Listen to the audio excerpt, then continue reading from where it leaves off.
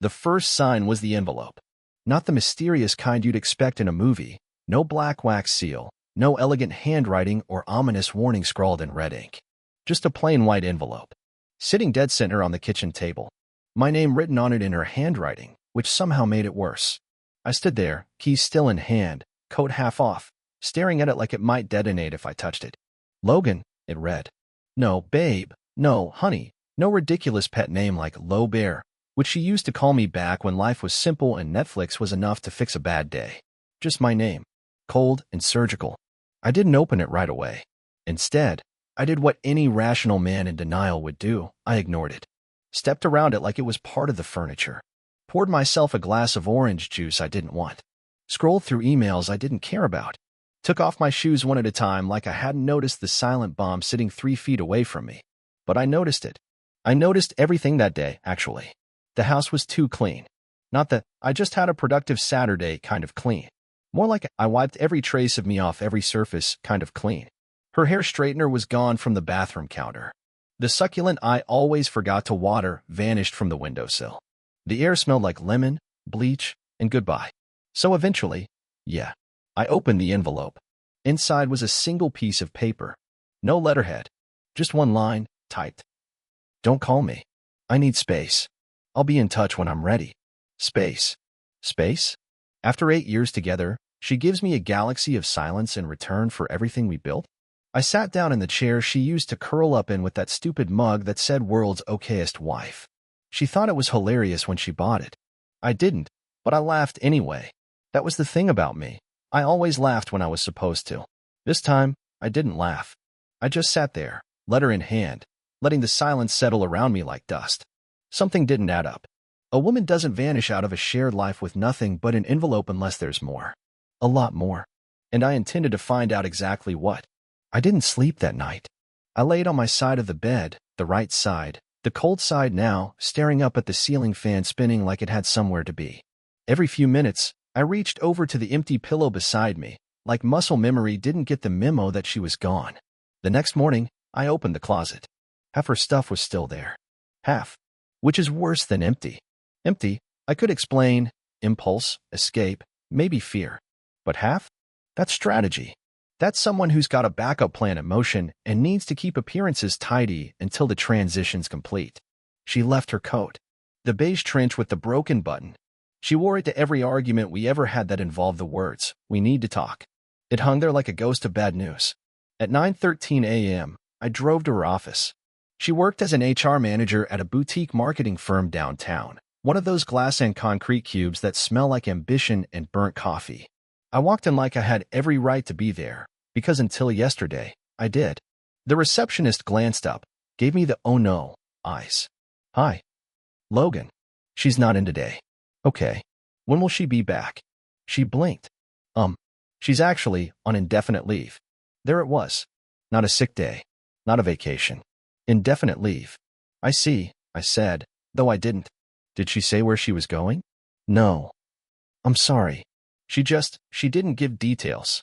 "Sure. Because that's exactly how responsible email everything twice Ashley operates. No warning. No forwarding address. Just gone." I left the building and stood on the curb for a while, watching strangers pass me like I was scenery. I checked my phone. Still nothing. Then I made a mistake. I went home. Now, you'd think being in your own house would be comforting when your wife just ghosted on you. Nope. Not when it's been altered. First, the junk drawer was clean. This was a drawer that, for 8 years, had been a war zone of twist ties, expired coupons, half-dead batteries, and the occasional rogue peppermint. And now? It looked like it had been scrubbed by someone with something to hide. Then I tried to unlock the upstairs office. My key didn't fit. That office had always been our shared space. We called it the admin cave. She'd do budgets. I'd pretend to write a novel. But sometime between Tuesday night and now, she changed the lock. I stared at the doorknob like it had personally betrayed me. Something was in there. Something she didn't want me to find. But I'm not the kind of man who walks away from locked doors. Not anymore. I'm not a locksmith, but YouTube is full of people who are. Took me 2 hours, a screwdriver, and a tension wrench I borrowed from my neighbor. Told him I locked myself out of my idea closet. He laughed. I didn't. When the door finally clicked open, it wasn't dramatic. No gust of wind. No horror movie soundtrack. Just a soft creak, like the house itself was too tired to keep lying for her. It looked normal, too normal. Desk, monitor, lamp. Bills stacked neatly. Planner open to last week. Except the trash can. Empty. Ashley never emptied the trash. And the monitor was still warm. I sat down and jiggled the mouse. Password screen. Now, here's the thing. Ashley wasn't exactly James Bond. Her favorite password for everything was either the dog's name or a motivational quote. I tried Baxter 2017. Unlocked. I wish I hadn't. The first thing that popped up was her email. Outlook. Boring. Safe. But she had left a browser open, hidden behind the window. Just one tab. An incognito tab. You know the kind. I clicked it. And just like that, the curtain dropped. Her calendar was synced to a burner Gmail. It was all there. Booked hotels.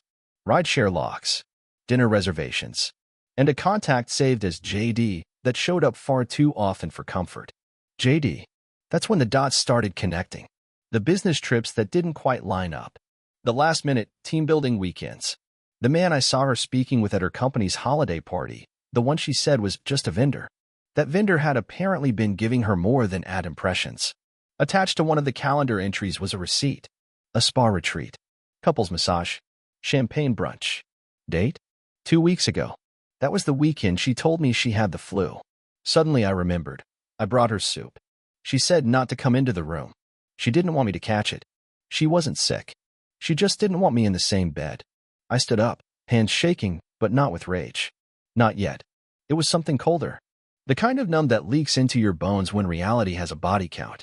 I pulled open the filing cabinet. In the back, inside a manila folder labeled tax stuff, was a photo. Not digital. Real. Glossy. Old school. Ashley. In a hotel robe. Glass of wine. Sitting on a balcony next to a man with a 5 o'clock shadow and a smug little tilt to his smile. His arm was around her waist like it belonged there. He wasn't looking at the camera. She was. And she was smiling. Not like someone who got caught. Like someone comfortable. Like someone who thought the person taking the picture had already been erased from the equation. That was the moment. Not the receipt. Not the browser. Not even the photo. It was the smile. That's what did it. Because that smile wasn't something new. I'd seen that smile before. It used to be mine. Not anymore. I sat in the office for another 10 minutes without moving. Just breathing. Just absorbing. There's a difference between knowing and seeing. I had known, somewhere in the gut, the primal place where men stash things we don't want to deal with. But now I'd seen. Now there was a timestamp, a face, and a smile she used to save for me. So I did what I do best when the world goes sideways. I documented. Grabbed my phone. Started taking photos of everything. Browser history. Receipts. The burner calendar.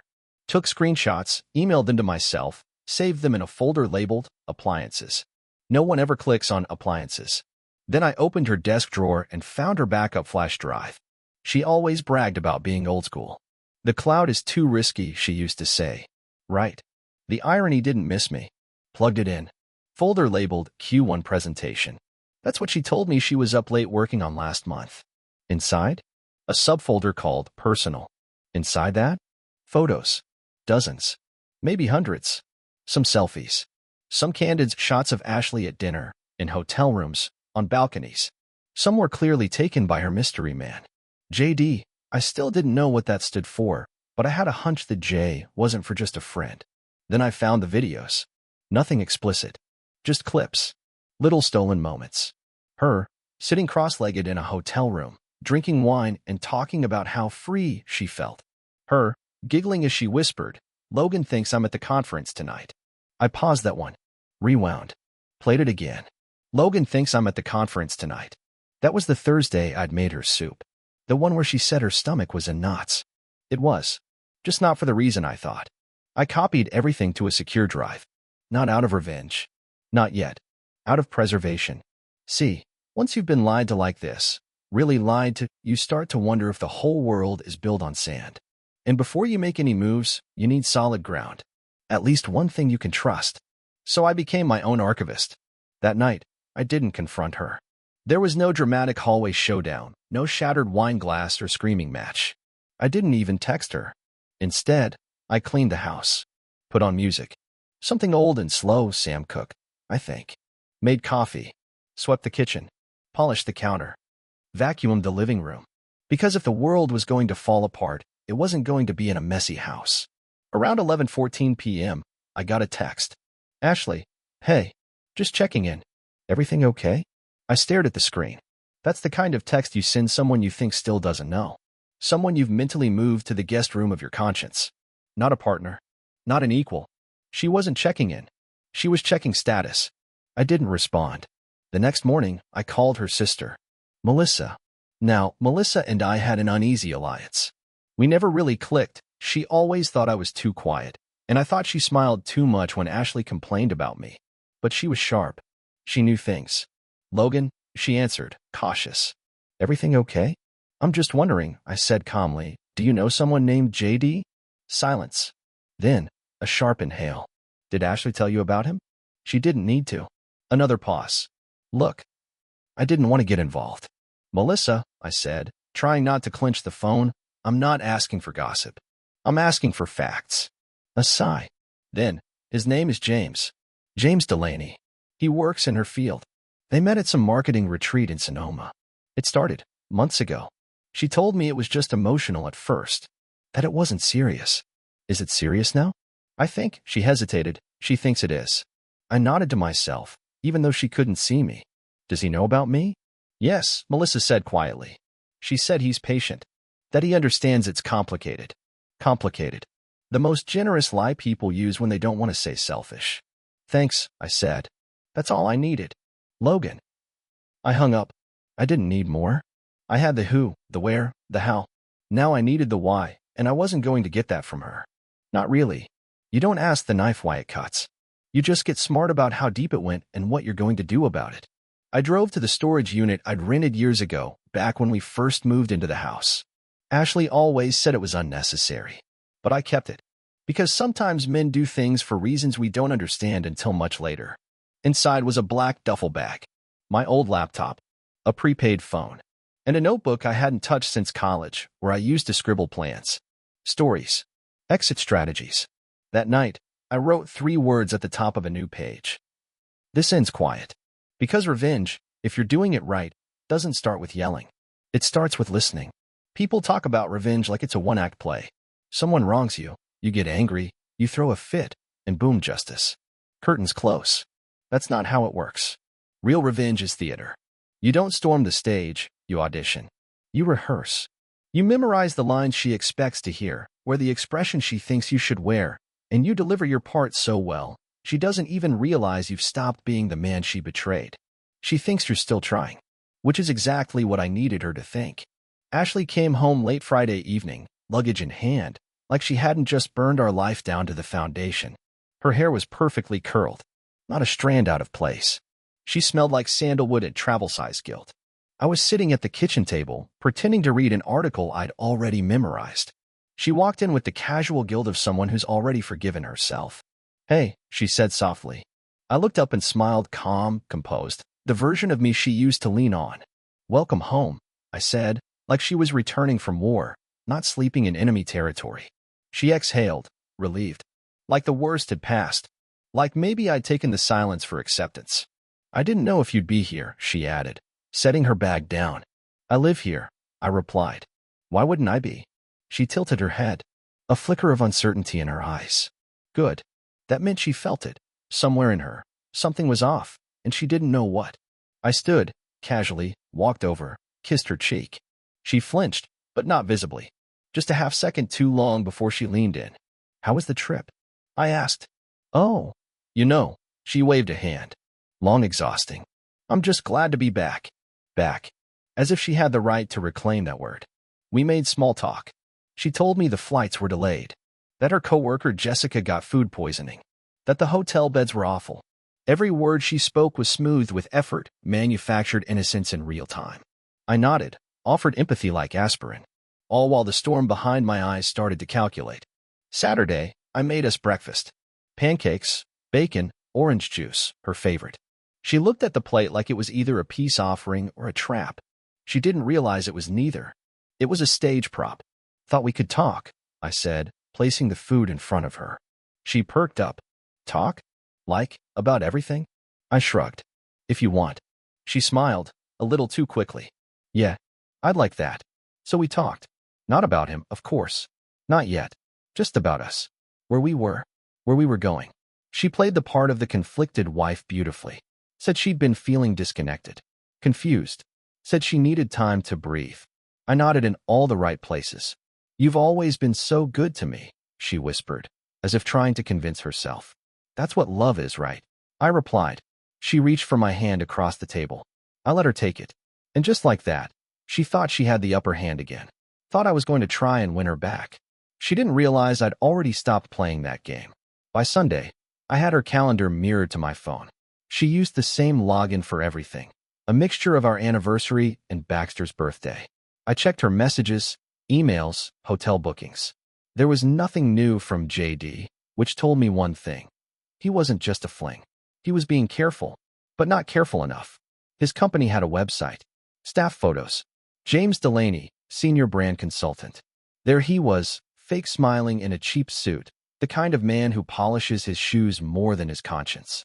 I created a new email address, sent myself his bio, started a digital folder, labeled it Cleanup. That evening, Ashley suggested we go for a walk, said it might help us reconnect. I agreed, because every step she took beside me made her feel like she still had me. We walked down the same neighborhood sidewalks where we used to plan our future. She mentioned taking a trip together, maybe in the fall, maybe Italy. I miss the way we used to be, she said, looking up at me. I nodded slowly. So do I. But what I didn't say was, back then, I believed you.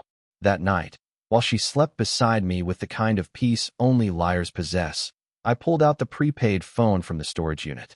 I logged into a burner Instagram account, one I'd set up 3 years ago to follow a contractor who ghosted me mid-project. Now, it had a new purpose. I searched James Delaney. Found him. Private profile. Of course. But his cousin? Public. Lots of tags. One photo from 2 weeks ago. A rooftop bar, champagne glasses clinking. James and Ashley, blurry in the background. Captioned, Sunday night vibes with the happy couple 2 hearts. I saved it. Added it to the folder. That Monday, Ashley told me she had a late meeting. Of course she did.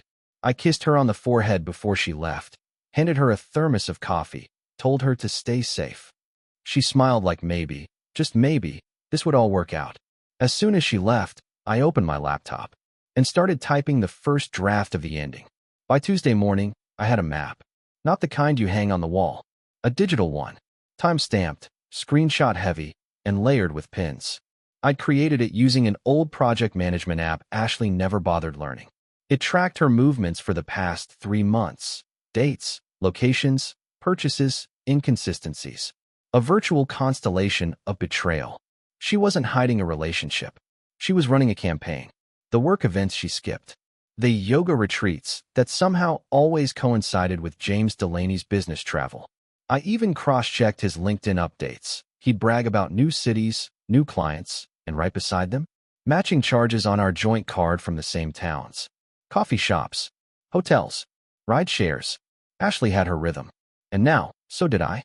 That evening, I came home with roses. Not because I missed her, because I wanted her comfortable.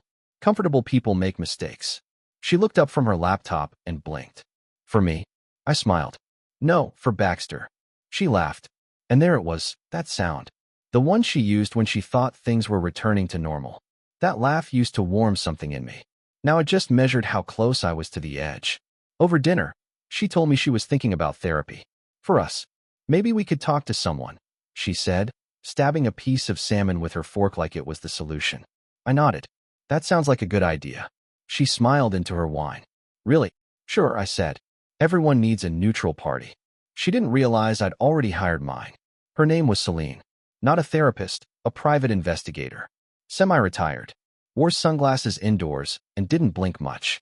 I'd met her through a client years ago when someone was leaking financial reports to a competitor. Celine charged by the hour, and she was worth every second. Collect, not confront, I told her.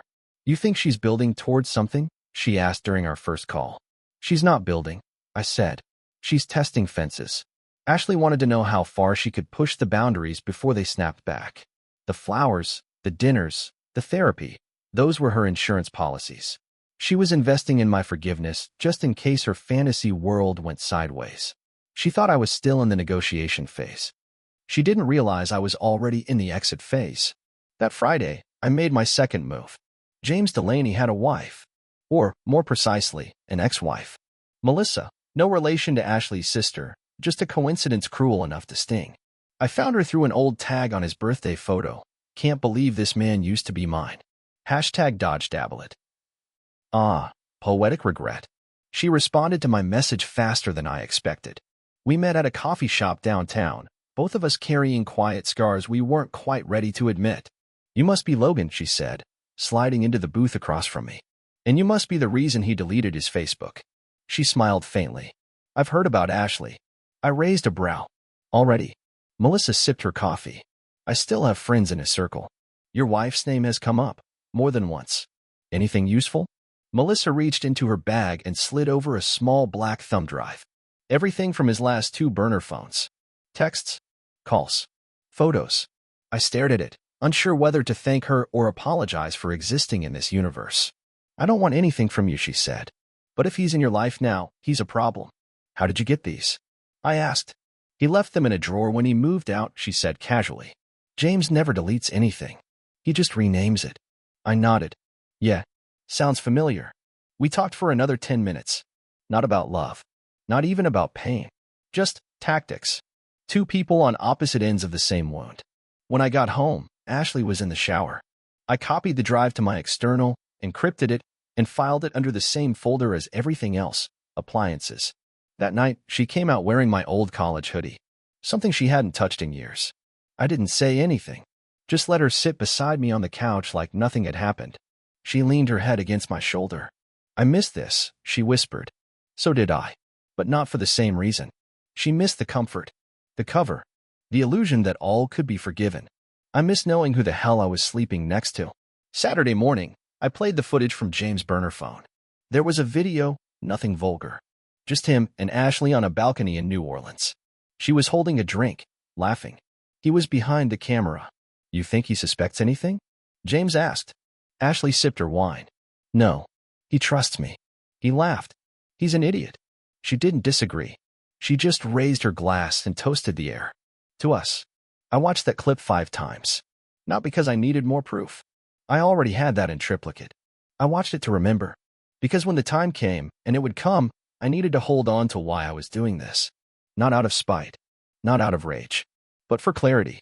Because when someone turns your life into a lie, the only thing sharper than anger is truth. By Monday, I was invisible. Not gone. Not silent. Just no longer available. I responded to Ashley with warmth and affection, but no details. If she asked how my day was, I said busy. If she asked what I was working on, I said catching up. I made sure she never had anything to hold on to. I became polite fuck. She started to notice. Midweek, she brought home takeout. My favorite place. I thanked her and smiled. But when she reached across the table for my hand, I adjusted my napkin instead. Little things. She grew nervous. That's how I knew the act was working. She started sending just thinking about you texts. Said we should take a weekend trip. Said she'd been dreaming about us. But I wasn't hers anymore. I was a shadow at her shoulder, and soon, I'd be gone. I spent my nights updating the portfolio, files, clips, evidence. A full timeline of lies and betrayal, prepared like a closing argument. Then I made a second copy. And a third. One went to a safety deposit box. One to my lawyer. One to Celine. Contingency plans, in case I wasn't around to finish the job myself. Because the truth is, people don't like consequences. They like apologies. They like second chances. They like easy outs. Ashley was going to get none of that. Because she didn't just cheat on me, she used me as her alibi while she built a second life on the bones of the first. She wanted to keep the best parts of both. That's not a mistake. That's a design. And I don't forgive architects of collapse. Friday morning, I printed everything. 3 neat folders. One went to Ashley's boss. One to James Delaney's employer. One to Ashley herself, sealed, labeled with her name, and placed in the center of the kitchen table before I left for work. Inside hers was everything. Receipts, photos, emails, and a letter. A letter I wrote, not in anger, but with absolute clarity. Ashley, you made 2 lives and tried to live both. I know about James. I know about New Orleans, the spa, the wine, the balcony. I know about the burner account, the hidden calendar, the lies. But this isn't about betrayal. It's about consequences. I've already filed for divorce. The lawyer has everything. The terms are firm. You leave the house, no contest, no claim to shared assets post-discovery. I've waived any civil action in exchange for speed. If you cooperate, it stays quiet. If not, well, ask James how secure his position is today. This isn't punishment. It's cleanup. Consider this your severance package. Logan. I didn't stay to see her read it. I went to the gym, ate lunch by myself, took a walk downtown. Anything to give her time to absorb the hit. When I got home that night, the house was silent. Her car was gone. Her things, half of them, were packed. Her closet looked the way mine had 2 weeks ago, hollowed out. On the kitchen table was a note. I didn't know you were capable of this. Ashley. I folded it, tossed it in the trash. Because capable? I'd been capable the whole time. She just never thought I would. James Delaney was removed from his company's upcoming leadership summit.